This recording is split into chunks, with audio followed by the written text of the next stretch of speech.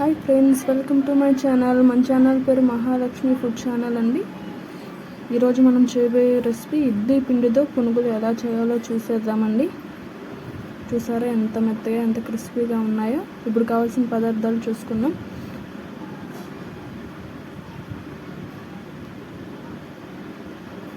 చూసారా ఎంత క్రిస్పీగా ఎంత బాగున్నాయో. ఇప్పుడు కావాల్సిన ఒక కప్పు ఇడ్లీ పిండి, ఒక కప్పు మైదాపిండి, ఉల్లిపాయలు, పచ్చిమిరకాయలు, కొత్తిమీర, జీలకర్ర వేసేసుకున్నామండి. ఇవి గిన్నెలో వేసేసుకోవాలండి. ఒక కప్పు మైదా కూడా వేసేసుకోవాలి.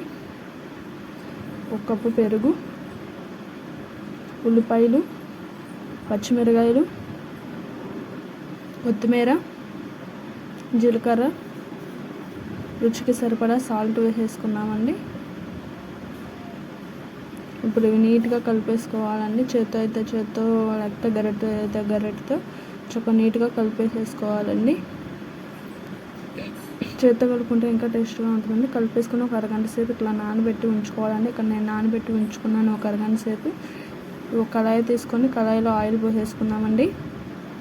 ఈ విధంగా కళాయిలో ఆయిల్ పోసేసుకొని వేడెక్కనివ్వాలండి. బాగా హీట్ రావాలండి, లేకపోతే పొంగవు పునుగులు. మంచిగా పొంగాలంటే బాగా వేడెక్కినాక వేసుకోవాలండి పునుగులు. అదిగో చూడండి, ఈ విధంగా బబుల్గా రావాలండి.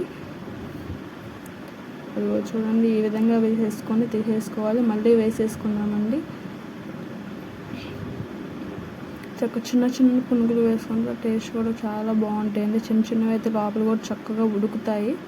ఈ విధంగా వేసేసుకొని గోల్డెన్ బ్రౌన్ కలర్లో వచ్చే వరకు వేయించుకోవాలండి. చక్కగా ఈ విధంగా వేసుకొని చూడండి. ఇప్పుడు నేను చూస్తే అది గోల్డెన్ బ్రౌన్ కలర్లో ఎలా ఉన్నాయో.